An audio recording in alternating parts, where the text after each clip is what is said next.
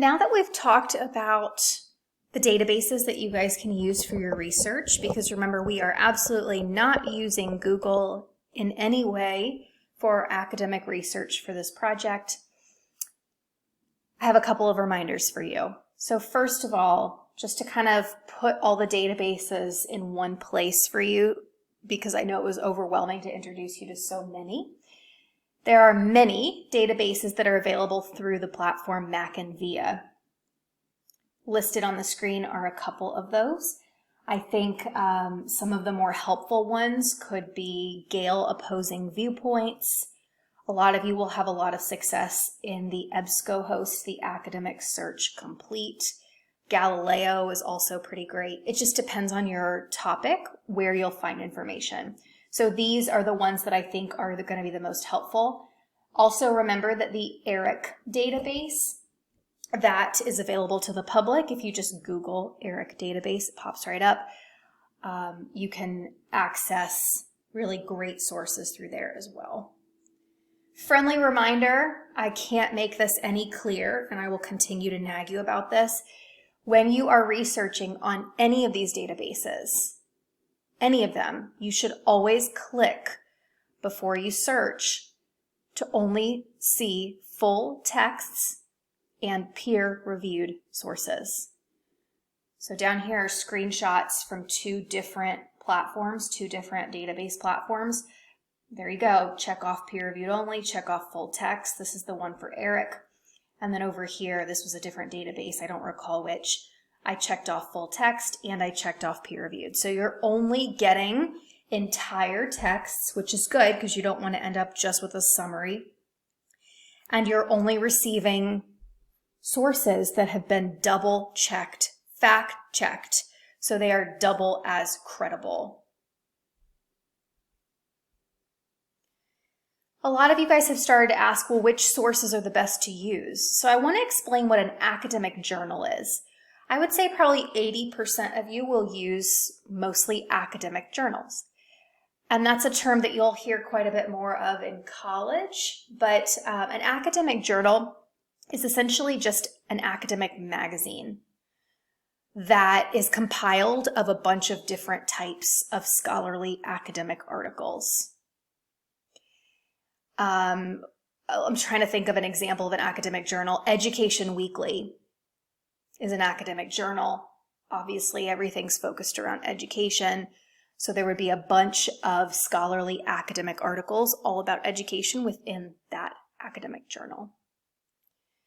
Once you click full text and peer-reviewed, though, for your search, you're really only going to see the most credible scholarly sources that are available on that database. Most of you, like I said, will end up pulling from academic journal articles. Some of the other more credible and reliable sources that might pop up, depending on your topic, could be research reports and data reports. We're really not looking for anything else here. I know some of you are going to be quite annoyed by the fact that you're going to have to read academic reports and academic journal articles, but they're not that tough to read. They just aren't structured quite as straightforward as like Google. When we Google something, we see an answer immediately. For these sources, you'll have to read to gain some sort of knowledge from the source. But that's life. You have to read it in order to understand what it's talking about. So before you start working on the research journals, my best advice to you is first to pause and figure out a research question. So an example.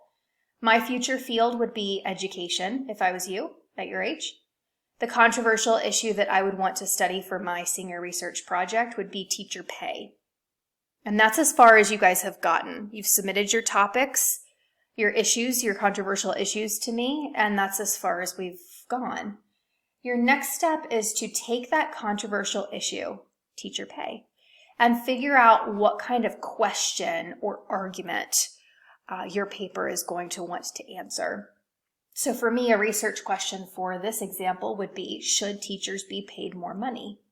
Notice that this question is arguable. People could say yes, people could say no, you could say sometimes, you could say in this certain situation yes, or in this certain situation no.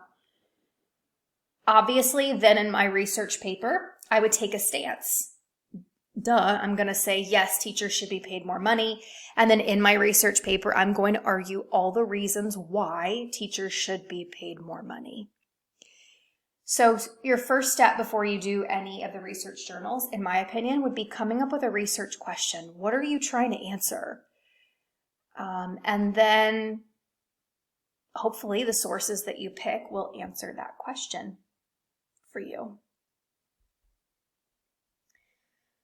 Then you move to the research journals. For research journals 1 and 2 that are due on Wednesday, obviously you're going to try to find 2 really quality sources that help argue whatever you're trying to argue in your research. And the research journals look complex. They are really not.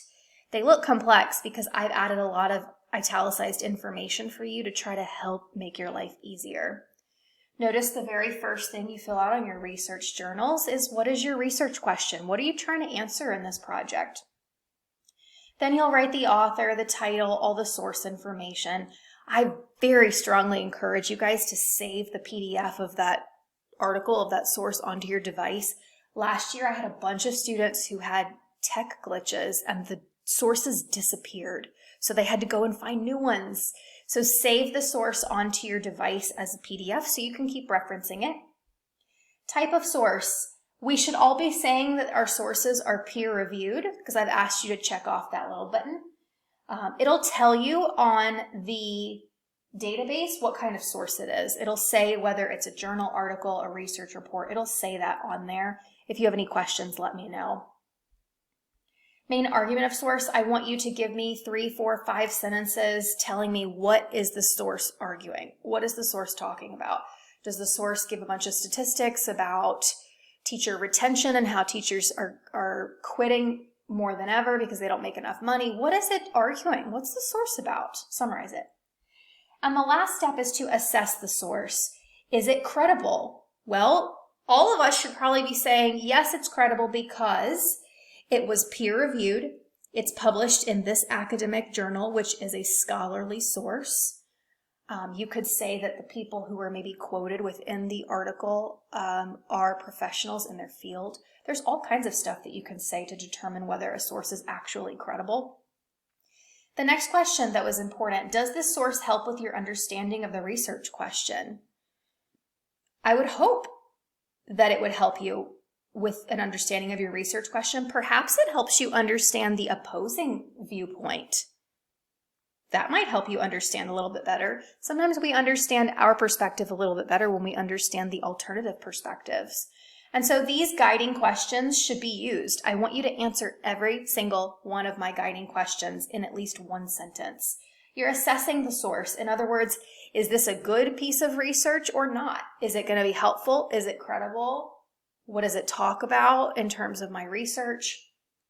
And these are things that you will need to do, in your future before you start writing the research paper.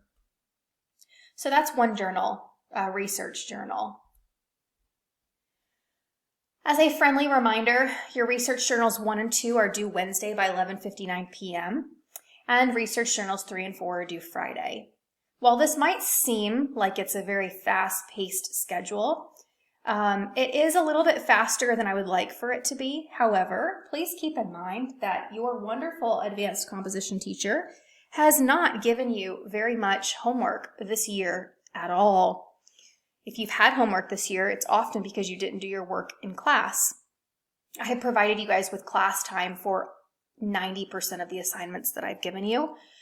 We've been allowed to assign homework for weeks, and I haven't, but now I'm starting.